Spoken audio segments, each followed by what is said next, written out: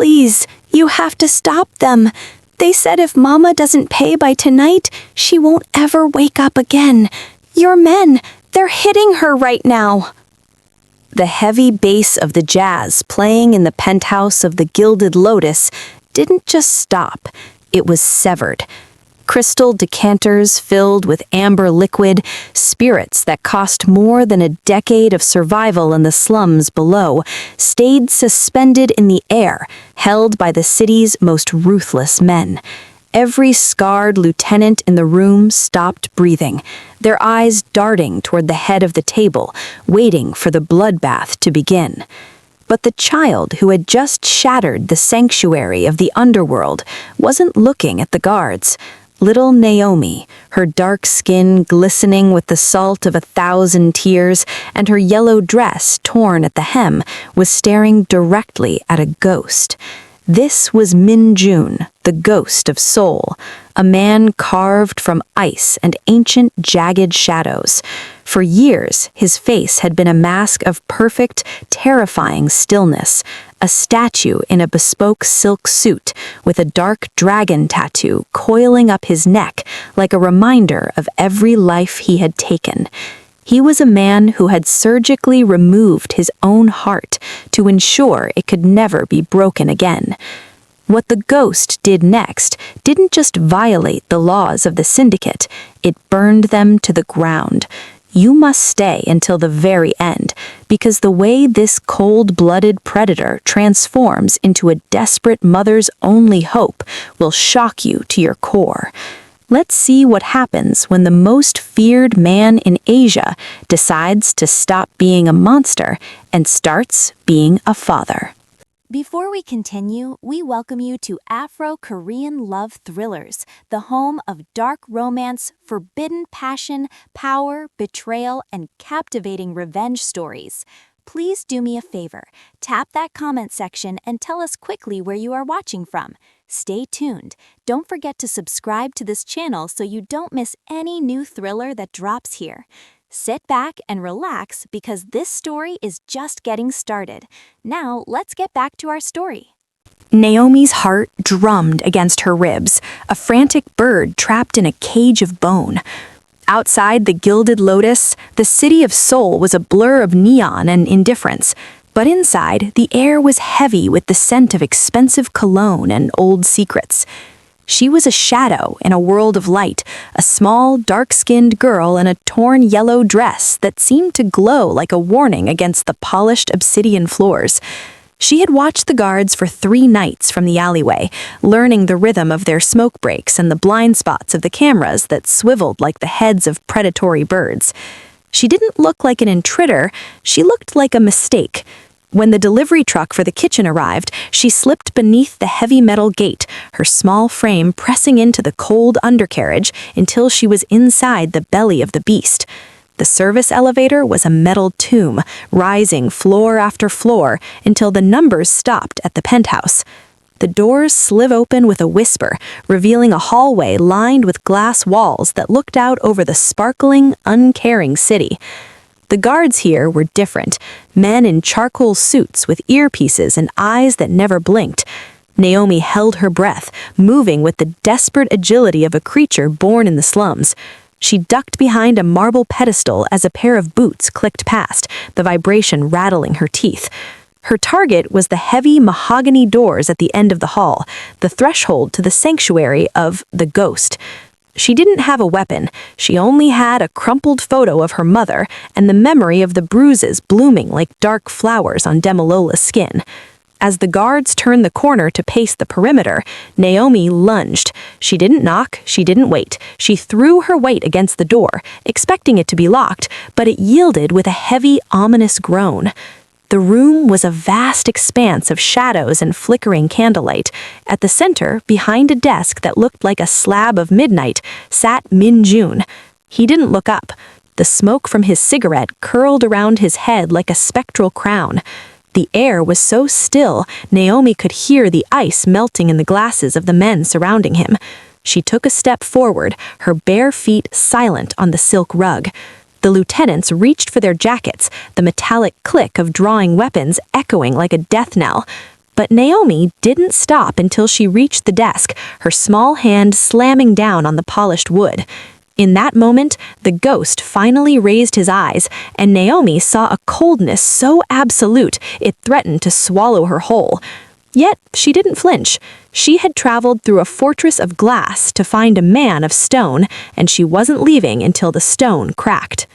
Min-jun's gaze remained fixed on the small, trembling hand that dared to touch his desk. The room was a vacuum of sound. The only thing audible was the frantic, shallow breathing of the girl. Behind him, the shadow of a dragon coiled around his throat, its ink dark as the deeds that had built his empire. To his lieutenants, Naomi was a security breach to be neutralized. To Min-jun, she was a ghost from a life he had tried to burn away. "Your men," Naomi whispered, her voice cracking but her eyes remaining locked on his. "They have black bands on their arms. They said if we don't pay the ghost, Mama pays with her life."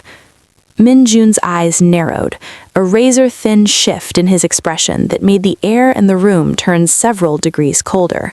He didn't look at the girl. Instead, his eyes slid towards Sang-hee, a captain who oversaw the southern districts. Sang-hee's face, usually a mask of arrogance, suddenly looked like a sheet of parchment.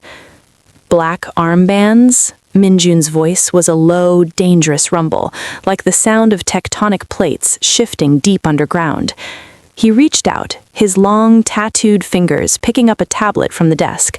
He flicked through a series of ledger entries with a clinical, terrifying speed. "I do not collect from the slums," Min-jun stated, the words falling like stones into a well. "There is no profit in the blood of the desperate. My code is simple. We take from the kings, not the beggars." He stood up slowly, the movement so fluid it was predatory. The silk of his shirt shimmered under the dim lights of the penthouse. He walked around the desk until he was standing directly in front of the girl. He was a giant of shadow and silk, and she was a speck of sun-bright yellow. He reached out, not to strike, but to take the crumpled paper she held in her other hand. It was an extortion notice, stamped with the sigil of the dragon, his sigil, but the handwriting was sloppy, the demands inflated. The realization hit the room like a physical blow. This wasn't a standard collection, it was a parasitic operation. Rogue elements within his own syndicate were using his name, his terrifying mythos, to bleed the vulnerable and line their own pockets.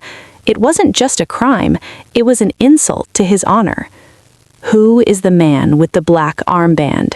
Min-jun asked, his voice devoid of heat, which was far scarier than a scream.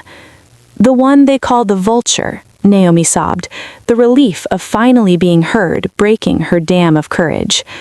Min-jun looked at his men, his eyes landing on Sang-hee, whose knuckles were white as he gripped his glass. The ghost didn't need a confession. The fear in the room was a confession. He turned back to Naomi and did something that made every man in the room reach for their breath. He knelt. "They are not my men," Min-jun whispered, his hand hovering near her cheek before he pulled it back, as if his darkness would stain her.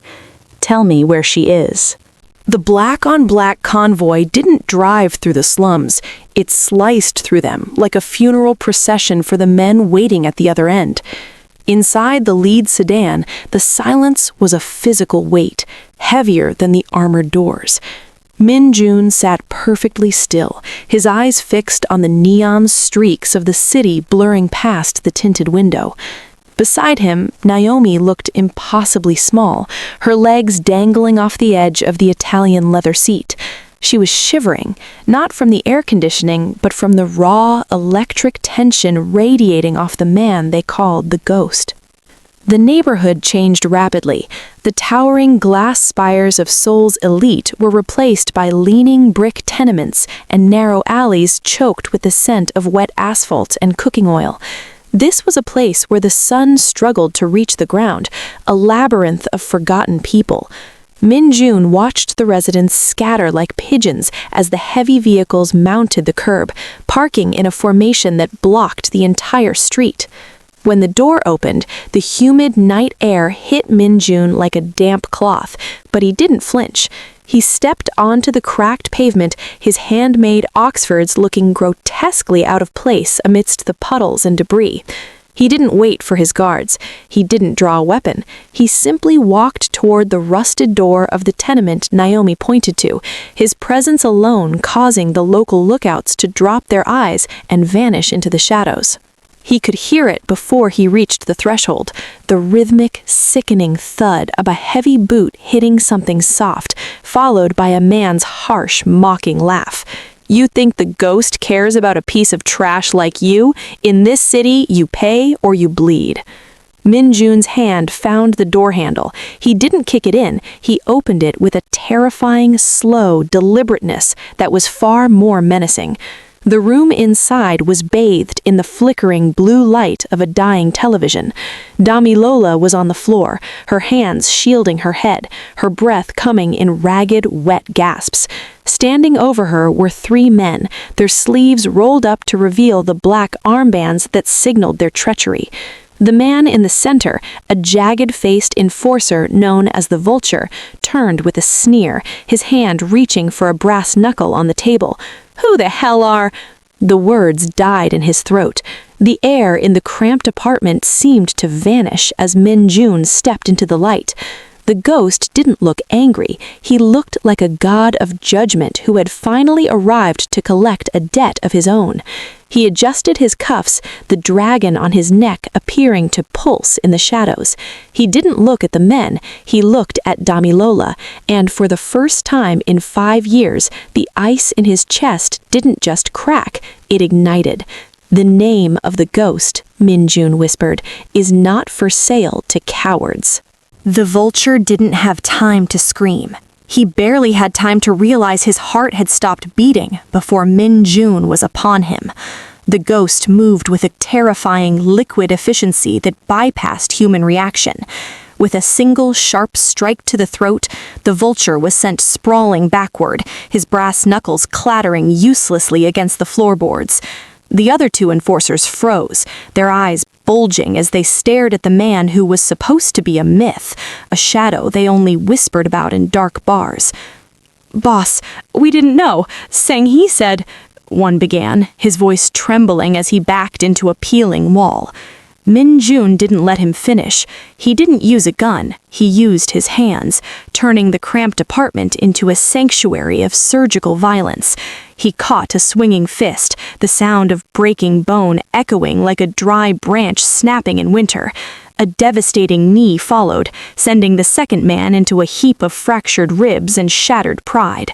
The third attempted to bolt for the door, but Min-jun's hand clamped onto the back of his neck, slamming him face first into the wooden table where the extortion money sat. Within seconds, the room returned to a heavy, suffocating silence. The 3 debt collectors lay in groaning heaps, their black armbands, the symbols of their betrayal, now stained with their own blood. Min-jun didn't look at them. He didn't even look like he had exerted himself. He smoothed the front of his silk shirt, his breathing as steady as a predator at rest. He walked over to Damilola, who was still trembling on the floor, her eyes wide with a mixture of terror and disbelief. Naomi had rushed to her mother's side, her small arms wrapped fiercely around Damilola's neck. Min-jun stood over them, his large shadow covering them like a dark shield. "I am Min-jun," he said, his voice dropping to a low, melodic rumble that seemed to steady the air. "I do not know you, but these men used my name to bring you pain. For that, the debt is not yours to pay. It is mine." He reached into his pocket and retrieved a clean white silk handkerchief.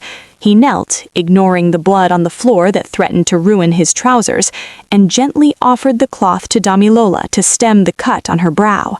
For a fleeting second, as their eyes met, the ghost of soul wasn't a monster. He was a man looking at a mother's love and remembering a life he had lost. He stood up and looked at his lead guard who had finally entered the room.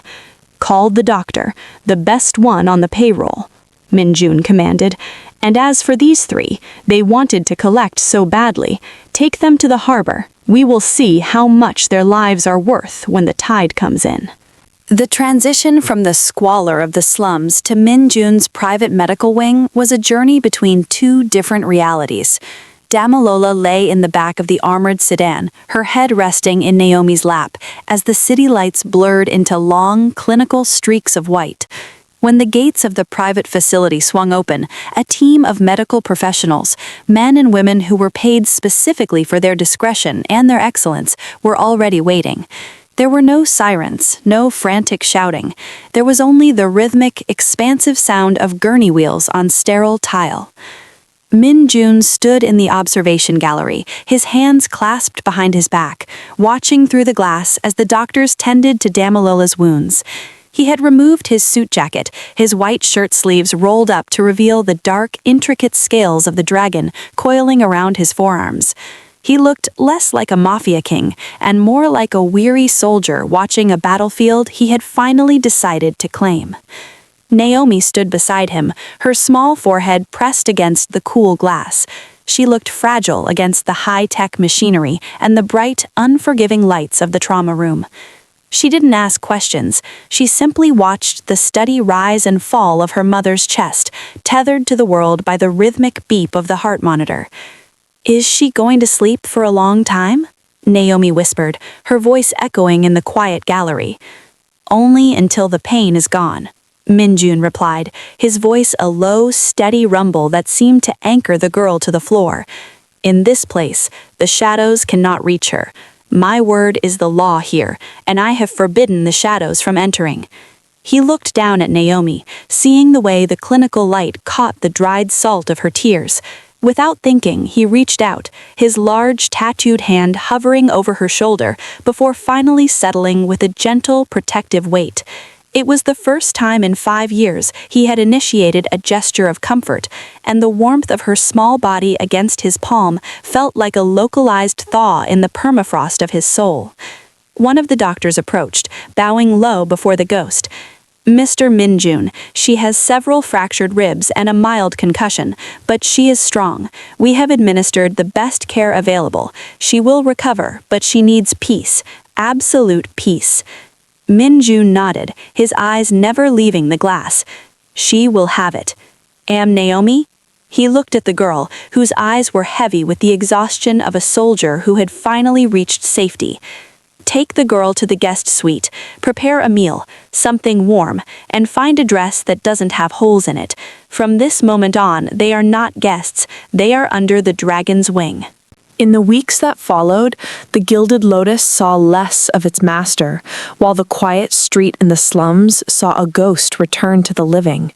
Min Jun's armored sedan became a permanent fixture at the curb, its dark, impenetrable windows reflecting the laundry hanging from balconies and the children playing in the hydrants. Inside the small, now spotless apartment, the air no longer smelled of fear and dampness. It was thick with the rich, spicy aroma of Damilola's jollof rice and seasoned chicken.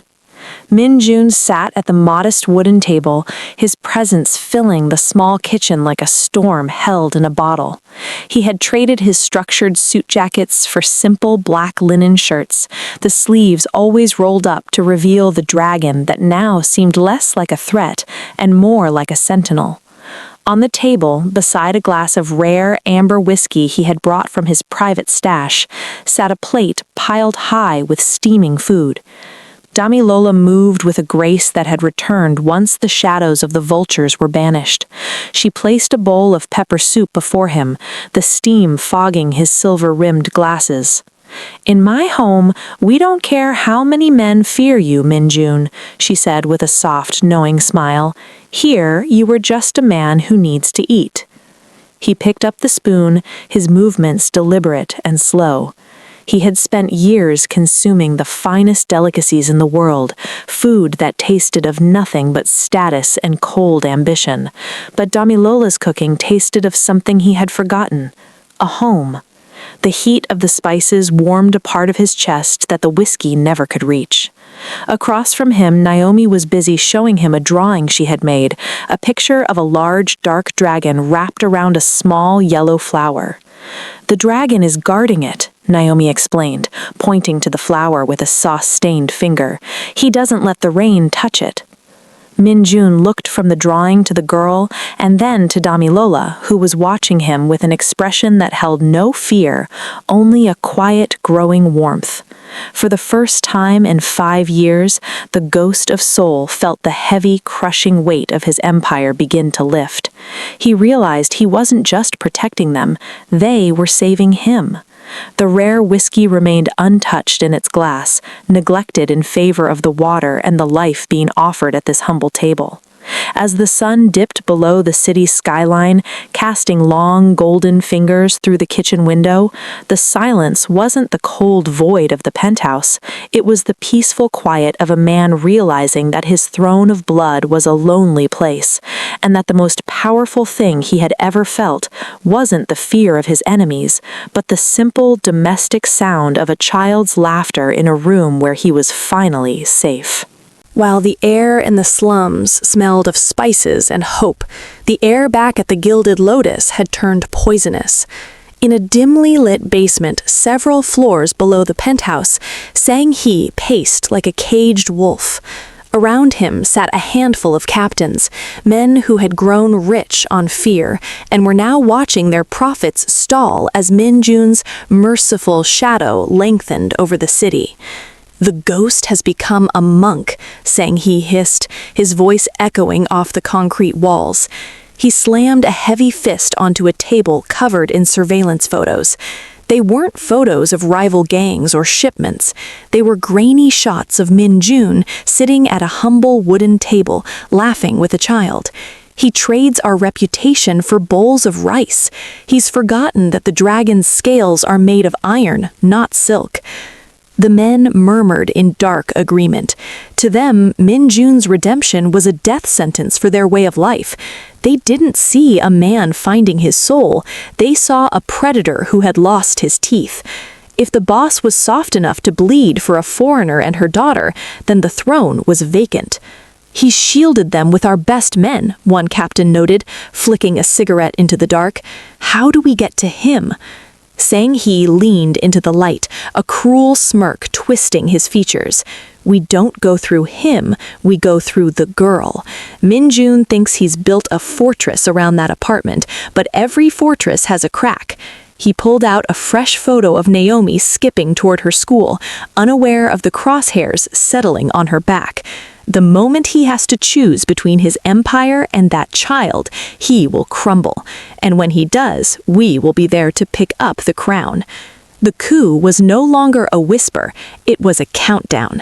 Sang-hee knew that to kill a god, you first had to destroy the things that made him feel human. As the conspirators extinguished their cigarettes, the ghost was miles away, reading a bedtime story to a girl who had finally stopped having nightmares, completely unaware that his own family was about to set his world on fire. The storm broke on a Tuesday during the golden hour when the slums were bathed in a deceptive, peaceful orange glow. Min-jun was in the small kitchen, helping Naomi tie the laces of her new sneakers, his large, tattooed fingers moving with a gentleness that would have been unrecognizable to the men at the Gilded Lotus. Damilola was humming a song from her childhood, the scent of ginger and garlic filling the air. The silence didn't just break, it shattered. The sound of screeching tires and the rhythmic thud-thud-thud of heavy doors closing echoed from the street below. Min-jun's internal clock, honed by decades of survival, went into high alert before the first window broke. He didn't reach for a weapon, he reached for Naomi, tucking her behind the heavy mahogany table he had bought to replace their broken one. "Stay down, do not look up," he commanded, his voice a low, vibrating chord of authority that bypassed her fear and went straight to her instinct. The front door exploded inward. Sang-hee stepped through the dust, flanked by 4 men armed with silenced submachine guns. The light from the hallway framed them in silhouette, making them look like the very demons Naomi had finally stopped dreaming about. "You really did go soft, boss," Sang-hee sneered, his eyes darting to the girl hiding behind the table. "Look at you, kneeling on a dirty floor for a brat and a waitress." Min-jun stood up slowly. He didn't look like the ghost anymore. He looked like something much older and far more dangerous. He stepped in front of Damilola and Naomi, his body becoming a human wall of silk and ink. "I gave you everything," sang he, Min-jun said, his voice terrifyingly calm. "I gave you wealth, I gave you power, but you forgot the one thing I never gave you, my permission to touch what is mine." Sang-hee didn't wait for a signal. He raised his weapon, but Min-jun was a blur of kinetic energy. He didn't move to escape, he moved to shield. As the first muffled shots rang out, Min-jun lunged across the line of fire. He felt the white-hot sear of lead tearing through his shoulder, a sickening heat that bloomed across his white linen shirt. He didn't stumble, he didn't cry out. He used the momentum of the impact to close the distance, his hands finding Sang-hee's throat with the force of a closing trap. He slammed the traitor against the brick wall, the sound of the impact rattling the pots on the stove. "You think I'm a monster because I kill?" Min-jun whispered into Sang-hee's ear, blood beginning to stain his collar. "No, I'm a monster because I will burn the entire city to the ground just to keep this room quiet." With a final brutal surge of strength, he disarmed the traitor and sent him spiraling into unconsciousness. The remaining men, seeing their leader falling and the ghost standing tall despite the blood soaking his sleeve, felt their courage evaporate. They fled into the night, chased by the sound of Min-jun's elite guards finally arriving in the alley below. Min-jun stood in the center of the wreckage, his breathing rhythmic and deep. He turned slowly to see Naomi and Damilola staring at him, their faces masks of terror and love. He reached into his pocket, his hand shaking slightly from the adrenaline, and pulled out a small, bright yellow ribbon Naomi had lost earlier. He dropped it onto the table, then finally allowed himself to lean against the wall, the dragon on his neck slick with the sweat of a man who had finally fought for something worth winning. 1 year later, the Sunlight District was no longer defined by the shadows of the vultures, but by the light of the foundation Min-jun had built on the ruins of his former life. The concrete garage that once held stolen parts and desperate men had been transformed into a bright, airy community center. The walls were painted a soft, welcoming cream, adorned with the vibrant, colorful artwork of the children who now called this place their second home. Min-jun sat on a park bench under a blooming cherry blossom tree he had planted with his own hands. He wore a simple, light linen shirt, the top buttons undone to show the dragon tattoo on his neck, now partially obscured by the collar, a fading relic of a man he no longer recognized. The hard, obsidian lines of his face had been eroded by a year of smiles and the quiet peace of a clear conscience. Naomi, taller now, and her hair braided with beads that clicked rhythmically as she moved, ran across the grass toward him. She wasn't carrying a plea for help this time, but 2 cones of brightly colored shaved ice. "Here, Min-jun, the blue one is for you," she giggled, pressing the cold treat into his large, scarred hand. "And Mama says we have to eat them before they melt, or the sun gets to have them instead." He took the cone, his thumb brushing against her small fingers. "And why the blue one, Naomi?" "Because it's the color of the sky when the rain is finally over," she said simply, swinging her legs as she sat beside him. Damilola joined them a moment later, looking radiant in a dress the color of the sunset. She sat on Min-jun's other side, resting her head on the shoulder that had once carried the weight of an entire criminal empire and the lead of an assassin's bullet. He reached out and took her hand, their fingers intertwining, a silent pact between the woman who saw the man and the man who had buried the monster. Min-jun looked out over the neighborhood.